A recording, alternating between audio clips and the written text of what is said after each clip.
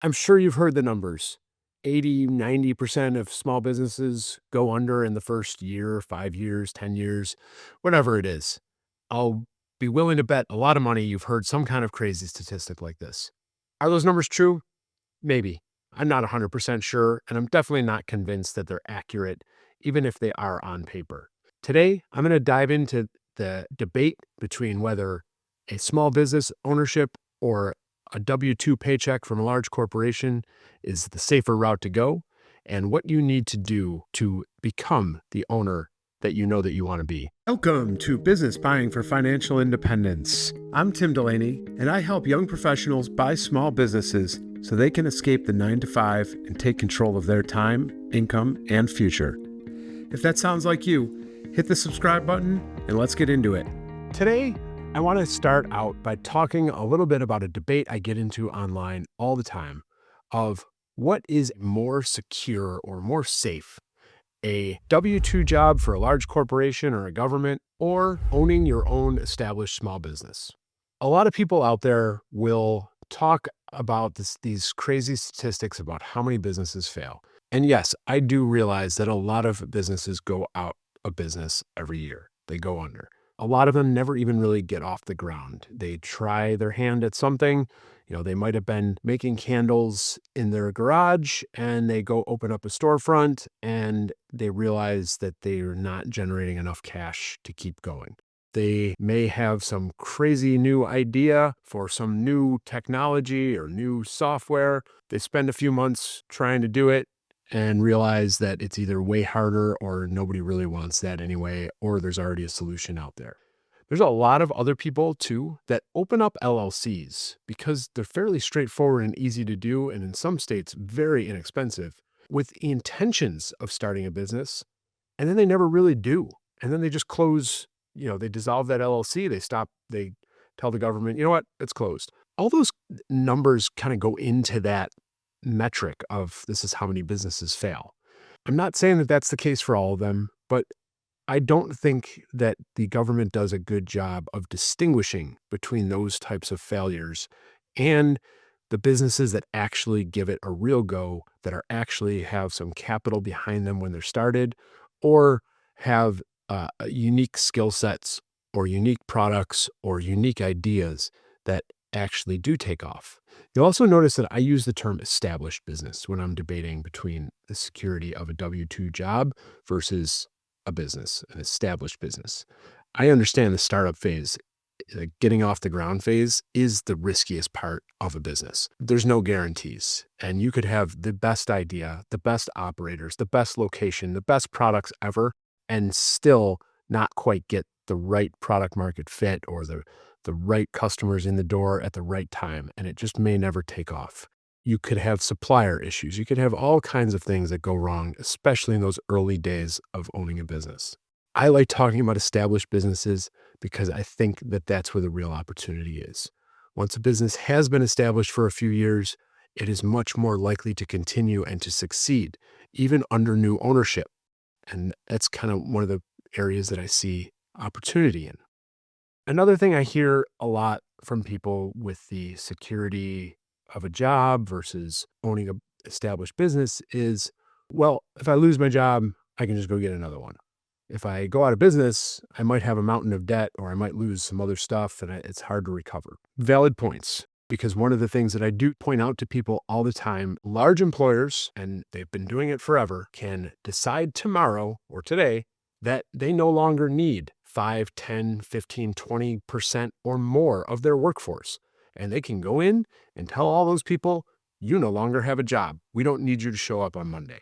Luckily, some of these cases, those companies may pay out a severance, or you might be able to collect unemployment, or both. But that's not always the case. Sometimes companies do layoffs because they're just out of cash. They're out of money. So there is no severance. Sometimes they do it because they're trying to cut costs and they're willing to pay you a few months to get you off the books. They have quarterly reports coming up. It oftentimes looks much better for these corporations when they have less employees. It shows the investors that they're spending less money. That's what investors want to see.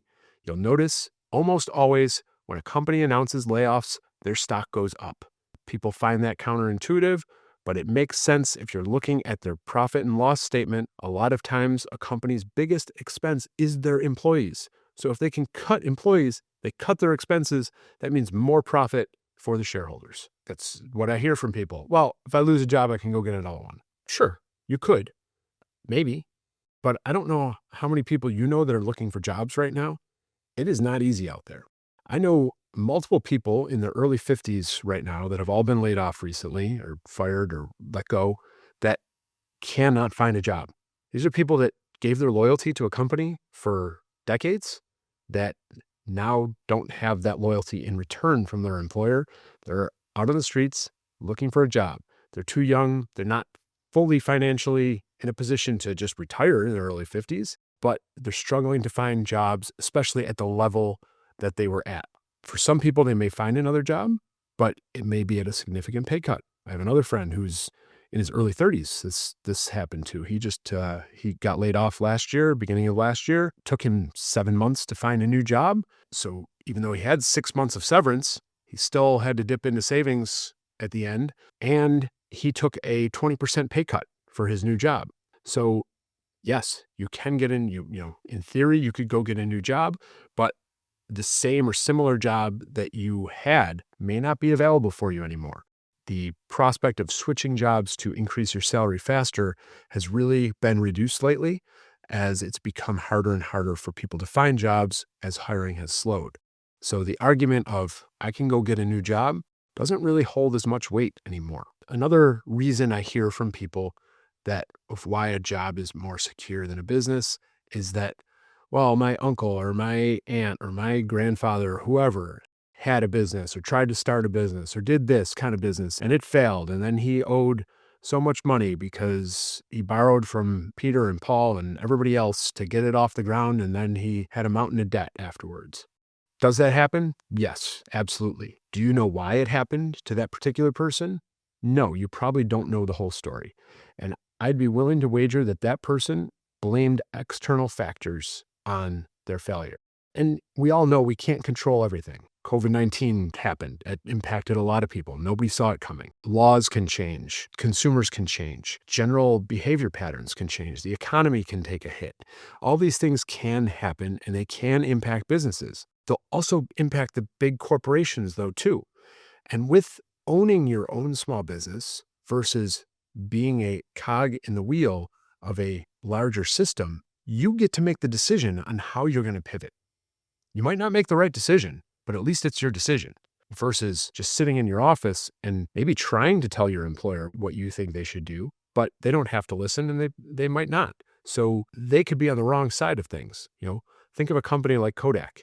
They invented digital cameras. They were the world's leader in photography for generations. They invented digital photography.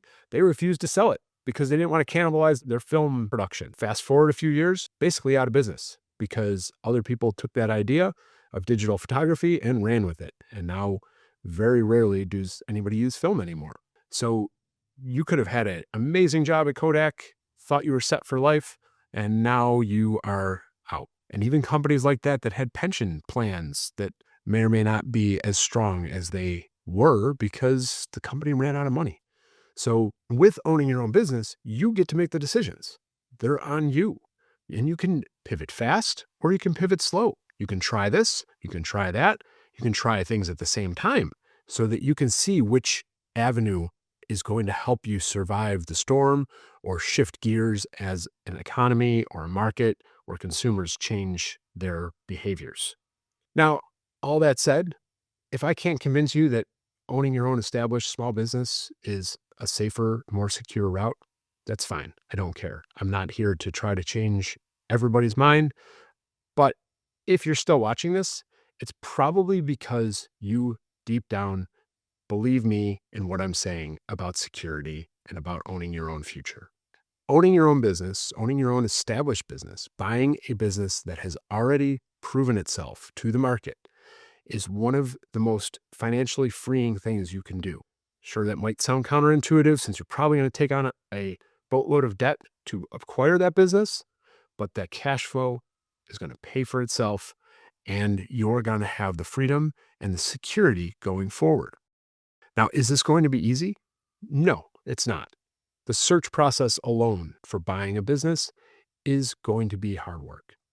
I'm not here to try to now talk you out of it, but you need to face the reality. It is going to be hard. You need to make sure you have a narrow criteria of what kind of business you're searching for. You need to make sure you have your financial ducks in a row. Ideally, you are somebody that has had a decent job, that you've saved a little bit of money. Maybe you have retirement accounts, which can also be tapped into for buying a business. So don't discount or don't forget about your 401k from your employer, or your IRAs, or things like that, that you might not think of on a daily basis as available to you for buying a business. There are ways to access those funds. So you are somebody that has had a job, has been saving a little bit of money. You are willing to put in the work. It is going to be work. Define your criteria, assess your financial position, start searching. It will take time. It will take some late nights. It will take some weekends. And then that doesn't stop when you buy the business. You are going to have to put in some extra hours. But I'd be willing to bet the type of person that's willing to go buy a business is probably already putting in extra hours at their job that they're not getting paid for as it is. Not many people get paid in an office job because they stayed a couple hours after they were supposed to, but a lot of people do it. So with your own business, that extra time, that extra effort almost always translates directly into more profit for you.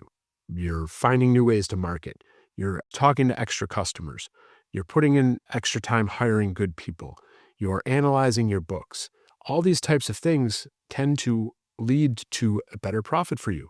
So that work is going to pay off.